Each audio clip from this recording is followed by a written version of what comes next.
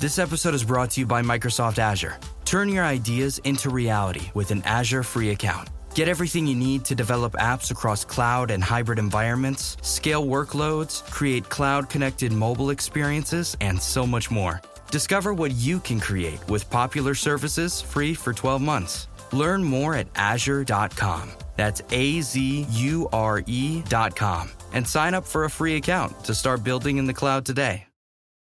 When you need mealtime inspiration, it's worth shopping Kroger, where you'll find over 30,000 mouth-watering choices that excite your inner foodie. And no matter what tasty choice you make, you'll enjoy our everyday low prices, plus extra ways to save, like digital coupons worth over $600 each week. You can also save up to $1 off per gallon at the pump with fuel points. More savings and more inspiring flavors make shopping Kroger worth it every time. Kroger, fresh for everyone. Fuel restrictions apply. Thanks for choosing this free Anfield Index podcast. If you'd prefer to listen to this or any of our other shows without adverts, then now's the time to check out Anfield Index Pro. With AI Pro, you can supercharge your entire listening experience. You'll not only get all of our podcasts without the ads, but you'll have them far faster with our Quick Publish feature available exclusively for subscribers. AI Pro also puts you in the heart of our sound studio, with an option to listen to many of our shows live and interact with the podcasters in real time as the shows are recording. Upgrading couldn't be easier. AI Pro is available on all popular podcast platforms. Just head on over to AnfieldIndexPro.com and get started today.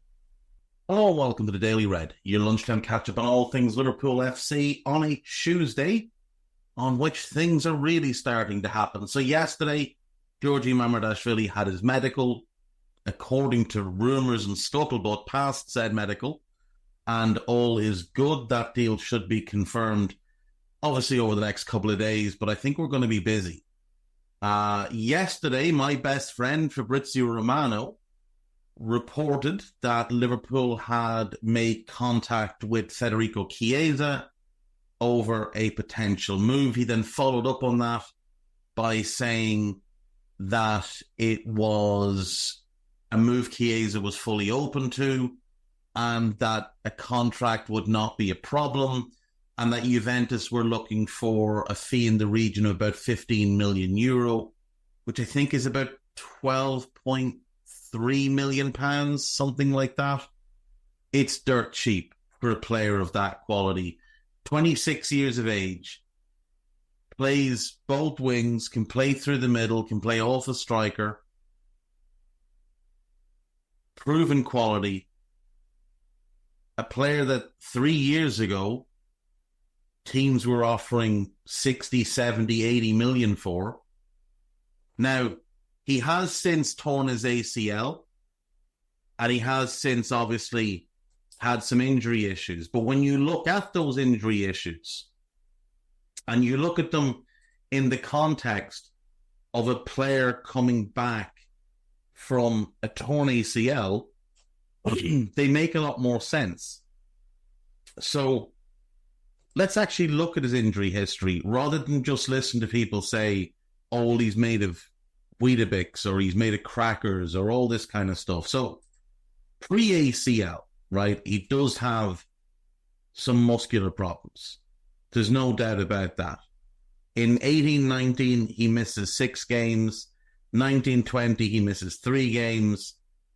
2021, he misses 7 games.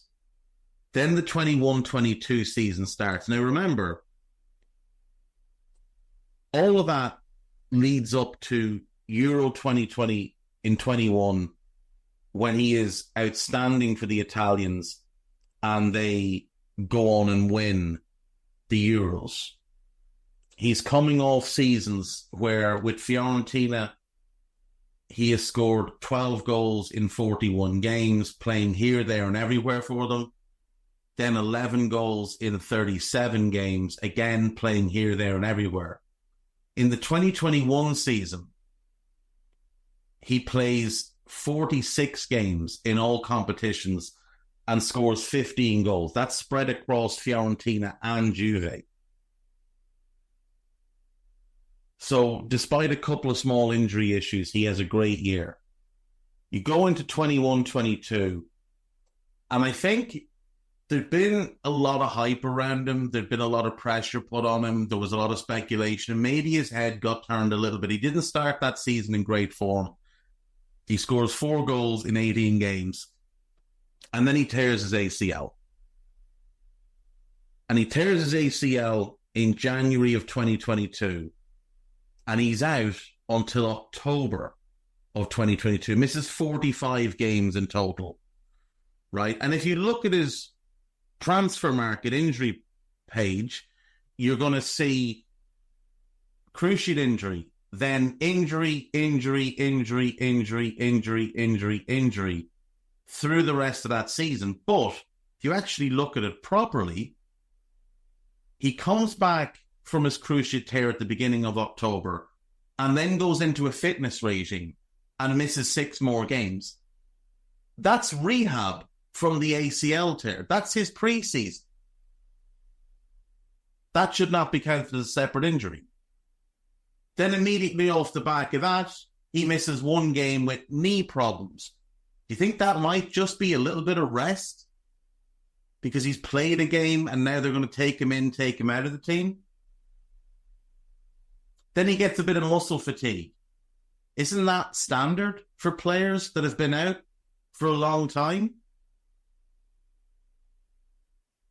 To give them a bit of rest rather than continually throwing them in. I know we did it with Virgil. Virgil's a freak of nature. But think of how we see players with ACL tears coming back in England. They would always be in for a game, out for a game, in for 2, maybe out for 1, in for 3, and you build them up slowly. So much of this muscle fatigue, which is 3 injuries, 3 games, that's all part of the recovery process.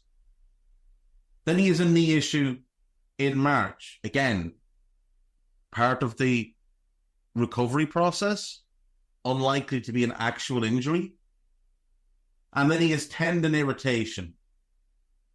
Now, that lists 4 games. There was an international call-up. My feeling on that might be Juve didn't want him to go and play for the international team because he was still working his way back to form and fitness.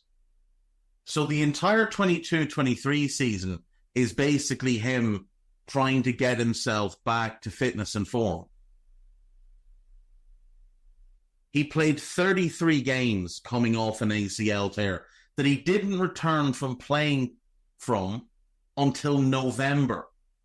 So from November till the end of the season, he played 33 games for Juve. Seems to me like he might not have been injured, and he might just have been getting rest and opportunities to rebuild himself. Then last season, he plays 37 games in all competitions. Now, bear in mind, last season, Juve had no Europe. They only played 43 games. So he plays in all bar 6. Now, if you look again at transfer market, they have him down as missing 2 games in the September for muscle problems. It's an international squad that he wasn't called up for. Now, he did pull out of the international squad in the October. But again, might that be a case where he just didn't feel ready to go to it? Where Juve didn't want to risk it? Then he had an unknown injury, which is always weird, which kept him out for a game. And then 2 minor injuries that cost him 4 games. But he missed 6 games last season through actual injury. That's not bad. And I would write all of the stuff in 22-23 off as the post-ACL recovery. And he looked really good last season. In all competitions, he got 10 goals, he had 3 assists, and he should have had probably 7 or 8. The amount of great opportunities he created for teammates who fluffed their lines was a scandal. An absolute scandal. He's an elite ball carrier. He's a very, very good crosser of the ball. He's a good passer. Now, he does sometimes need to get his head up a little bit more.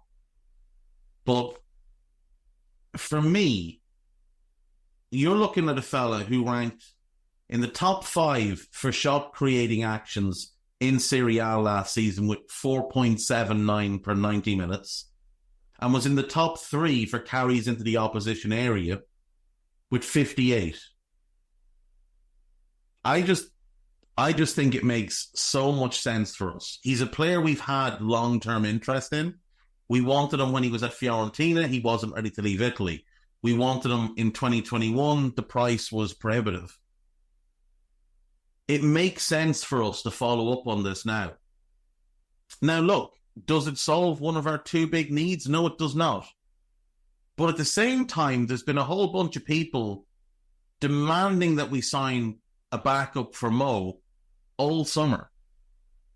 But now, because this is not the backup they wanted, or because they haven't been paying attention and they think he's been crocked this entire time, or that he's washed or whatever else. When you need mealtime inspiration, it's worth shopping Kroger, where you'll find over 30,000 mouth-watering choices that excite your inner foodie. And no matter what tasty choice you make, you'll enjoy our everyday low prices, plus extra ways to save, like digital coupons worth over $600 each week. You can also save up to $1 off per gallon at the pump with fuel points. More savings and more inspiring flavors make shopping Kroger worth it every time. Kroger, fresh for everyone. Fuel restrictions apply. They're not happy with this. And I saw someone make the point yesterday, if United signed him, we'd all laugh. Well, a couple of things on that. Number one, if United were signing him, they'd probably be paying 45 million. Because that's what they do. And number two, United have a track record of doing stupid things. We don't. If a smart club, a well-run club, was signing him and we weren't in for him, we'd all be looking at it and thinking, geez, that's a bargain. Why didn't we go for him? This is an opportunity at a great reclamation project. This is a guy who was a £100 million player 3 years ago. Now, he may never get back to that level, but it's not outside the realms of possibility that he gets back to 90% of that level. He was at about 75 to 80% of that level last season. And with another year removed from the injury and freed from the terror that is Max Allegri football, there's a real chance he becomes a very, very good player again. He was good last year in Allegri's team. Allegri's team, which is just anti-football. Max Allegri, if you didn't know, if you go to Google Translate, put Max Allegri in and do Italian to English, it comes out as David Moyes. Not many people know that. That's what I'm here for, to provide insight like this. Max Allegri is actually Italian for David Moyes. And you would think it'd be something different, but no, that's what it is. In an attacking team with high-class players all around him, this guy could really do well for us. He is proven quality. He has proven himself over and over and over again. And yes, the ACL tear was a bad one, but it's behind him now. And at 12 million, that's not a deal you pass up. Now, I know he's on pretty big wages at Juve. I wouldn't believe the £150,000 a week number, because the only source on that is like crappy sites like Capology and Spotrac, which are just dreadful. But he is on decent money there. But he wants away from there. He wants a new challenge. He wants to try something different. He's always spoken about wanting to play in England. He's got a game that translates itself very well to England. He speaks fluent English, which is obviously a positive as well. I think he probably comes in on about 100 grand a week, which is fine. Absolutely fine. And if we now have Mo and Chiesa on the right, Darwin or Jota as the starter, Jota and Darwin as the nines, Diaz and Gakpo as the left wingers, and Dominic and Harvey as the tens, isn't that really good depth? Isn't that really, really strong? Like, who's got a better 8-man group for those 4 positions than us? There isn't anybody. Nobody has a better 8-man group in this league than us. Chiesa would be an outstanding get at £12 million. What's the worst case scenario?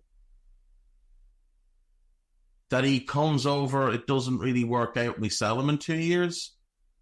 Do we really think we're going to lose money on him? Not a chance. There's a couple of reasons he's going so cheap. Number one, it's very late in the window now. The price has dropped significantly from early in the summer when the talk was 35 to 40 million. He's out of contract in 12 months. So that's the first thing, and hasn't shown any interest in renewing his contract at Juve. I can't confirm this, but I've read it multiple times, so I'm basing this on Italian blogs that I've roughly Google translated. Using the same tool, of course, that I used to translate Max Allegri to David Moyes. But what they said was, when he signed for Juve, there was like 10 million euros of the fee was add-ons. And a chunk of that is for making 100 Serie A appearances. And he's made 98. So seemingly Juve just don't want to play him anymore. And also, another factor is that Juve are just doing weird things this summer. They're not a well-run club anymore. They used to be. You go back 10 years, Juve were probably the best-run club in Europe under Beppe Marotta. But as soon as he left and went to Inter, Juve became some sort of weird asylum run by stupid people. Now, you look at their incomings this summer. Douglas Luiz is a good player. De Gregorio is a really good goalkeeper. Kefren Turam's a good player. Juan Cabal, I mean, he's all right. Kalulu, he's okay. Nicolas Gonzalez is good, but he's very injury-prone. More injury-prone, indeed, than Chiesa. But you look at what they've sent out the door, and that would concern me if I was a Juve fan. So you've sent out Dean Huijsen to sign Cabal. That's a downgrade for the same type of money. You've sold Matthias Sula to buy Nico Gonzalez. Now, at the moment, Gonzalez is a little bit better, but in the long term, it's no contest. Sula's going to be a much better player. And now you're looking to sell Chiesa to bring in Conceição, who, with the greatest respect, is bang average. Juve make very strange decisions with players all the time. All the time. Like, they loaned out Fabio Moretti the other day as well. This is bizarre. So Juve do silly things. Juve don't want to pay any more money for him because he's going to leave next summer on a free. So they're just trying to get whatever they can get for him. Plus that 12 million they can put on the books for this summer as 12 million coming in. They're trying to buy Tim Koopmeiners for, I think, 52 million, which spread across 5 years.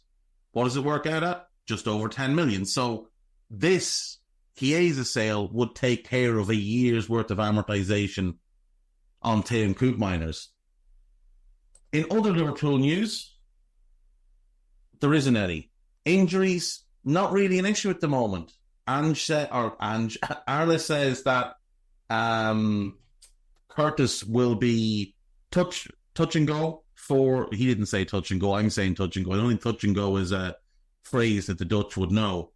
But that he is touch and go basically for the United game. Okay, so it's actually 12.7 million. That's what 15 million euro works out to. Richie Hughes might knock a few quid off that anyway. Liverpool have unveiled their new third kit. I don't like the vertical Nike logo. I do really like the kit. I just don't like the logo. Ref and VAR confirmed for Man United versus Liverpool, and fans will laugh. Anthony Taylor, Manchester's own. That is, how is it that he is allowed referee Manchester United versus Liverpool? How is it that he is allowed referee that game? It's his 5th time in charge of the fixture. That can only be described as a scandal. On AnfieldIndex.com, we are very busy at the moment trying to get as much content as possible out for you. Because obviously we know the summer's quiet and it is a lot of me, but we're trying our best to get as much content out for you now as possible. There is a piece on the transfer window, a piece on Gravenberch, a piece on the new kit, a piece on Chiesa, and a piece on Tyler Morton, who Paul Joyce has said that while Leverkusen have inquired about a loan, I think that's a horrible move for us and for him. He's not going to play. He's just not going to play. They're going to bring him in as cover while Palacios is out injured. And then he's going to be sitting in the stands. And he's unlikely to start even while Palacios is out injured, because they've got Andrich and they've got Alex Garcia, who they signed in the summer. Podcast-wise, the new David Lynch pod is up. There's obviously the Media Matters with Dave Davis and David Lynch. We have a special Media Matters due to drop today, I believe, with a special guest who's been on before. Dave Davis sat down with him this morning for a chat. I'll just say it's Chiesa linked, and I'll leave it at that. And then there is the new Minefield, which is part 2 of Alan and Andrew chatting with Simon Brundish. I haven't listened yet, but part 1 was a belter. I have no doubts this will be 2. And I'll see you tomorrow. But if anything breaks today, we might jump on and do kind of a special emergency pod. Take care of yourselves. Bye-bye. We hope you enjoyed listening to this Anfield Index show. Please be sure to subscribe to our channel so future podcasts find their way to your device automatically. There's nothing quite like fan engagement, and we'd love to know what you think of anything discussed on this show. The best way to get in touch is over on our free Discord community, where both podcasters and listeners debate the hottest LFC topics 24/7. Sign up free now at AnfieldIndex.com/Discord. You won't regret it.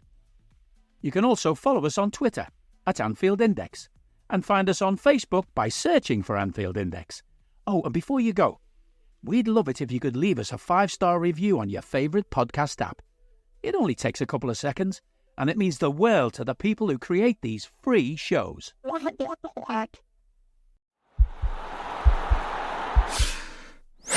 This podcast is part of the Sports Social Podcast Network.